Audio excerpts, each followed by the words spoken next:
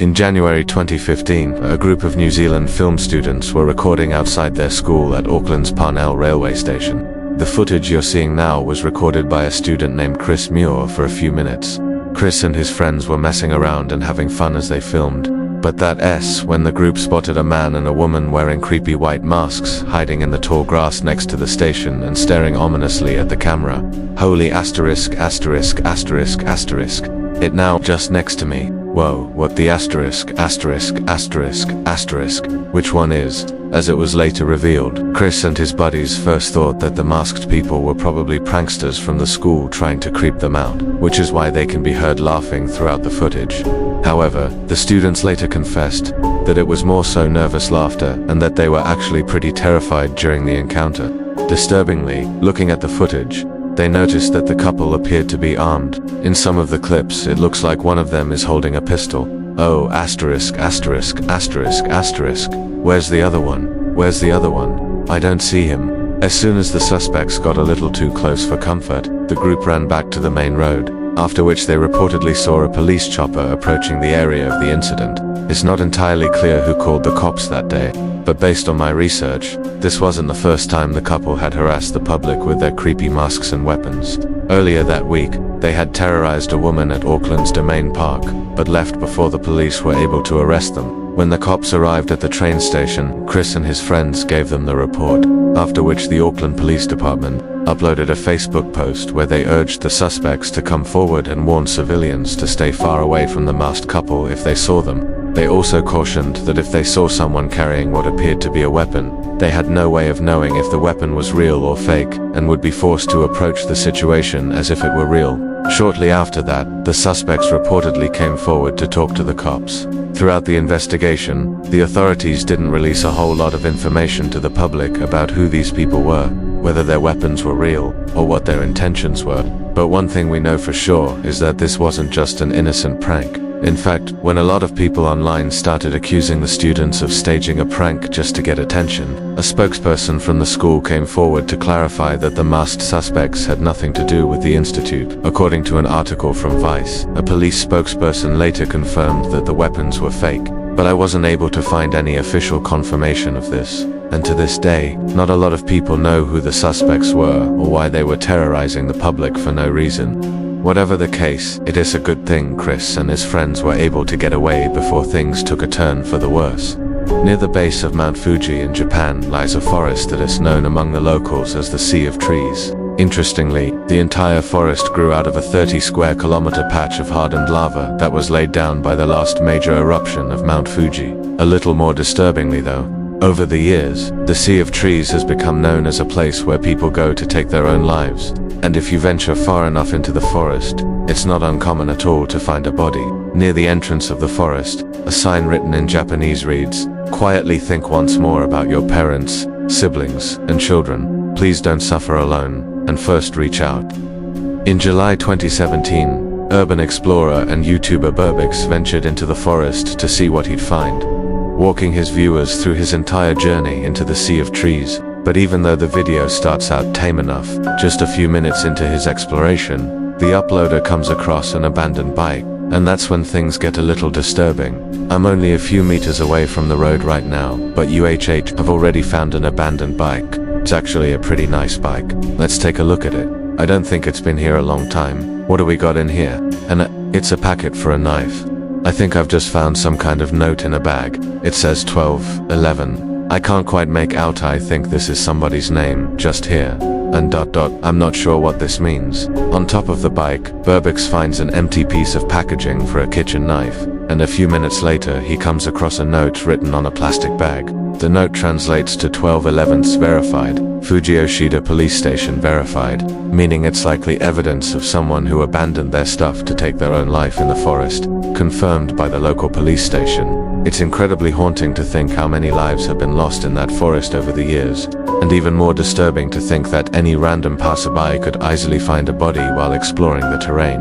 Over the years, the Japanese government has implemented several measures, such as placing security cameras near the entrance to track those who walk inside, as well as training volunteers to talk to the visitors who are thinking of taking their lives. Still, this hasn't stopped people from following through with it, and the fact that the media has really played a big part in sensationalizing the forest in recent years has unhelped either. In early 2023, a man named David Meredith was taking his usual evening stroll through his neighborhood in Red Deer, Canada, when he suddenly saw a bull moose eating next to a tree.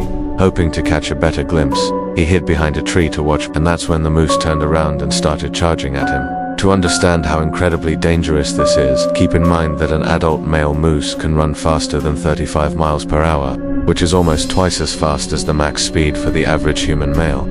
Even though moose aren't generally aggressive, they can easily trample and kill a human if they feel threatened, which is probably what happened here. Fearing for his life, David hoisted himself up the tree next to him to avoid getting stabbed by the moose's antlers. He just ran me up a tree. As soon as he was out of the moose's reach, he started recording. For about 30 seconds, the moose just stares at David, and you can hear the uploader's nervous breathing as he waits for the moose to leave. But shortly after, the moose starts charging back and forth with its head down, which is a clear sign that it's stressed and would probably trample David if he were to come down or fall from the tree. Based on what he mentioned to the news station that interviewed him a couple of days later, David stayed in the tree for over 10 minutes waiting for the moose to leave him alone. When asked how he climbed up the tree, he demonstrated how he pulled himself up by a flimsy-looking branch, which is honestly one of the most concerning parts of this whole situation. If that branch breaks, David would have been at the mercy of a very angry moose, and might not have lived to tell the tale. Luckily, after seeing that David wasn't coming down, the moose finally gave up and ran off, thanks to which the uploader was able to come down safely after waiting it out for around an extra half hour. In February 2018, a man named Greg Harris uploaded a GoPro video of himself riding his ATV on an unnamed trail. For the first few seconds, the footage shows pretty much exactly what you'd expect from this kind of upload, but in the blink of an eye, something extremely disturbing interrupts Greg's ATV ride. Holy asterisk asterisk asterisk asterisk holy asterisk asterisk asterisk asterisk. If you didn't catch it, someone had set up a metal wire between the two trees, which got caught in the uploader's helmet and forced him to stop. It's pretty disturbing to think that if Greg hadn't been so lucky, he could have been decapitated by the wire. Fortunately, as mentioned in the video description, his speed along with the wire hitting his helmet instead of his neck caused it to break as he passed through it. It might seem shocking that anyone would even think of doing something as incredibly evil as setting up a lethal booby trap in the middle of an ATV trail, but sadly, it's actually pretty common in the dirt bike and ATV community. Sometimes these wires are set up by people trying to keep bikers off their property.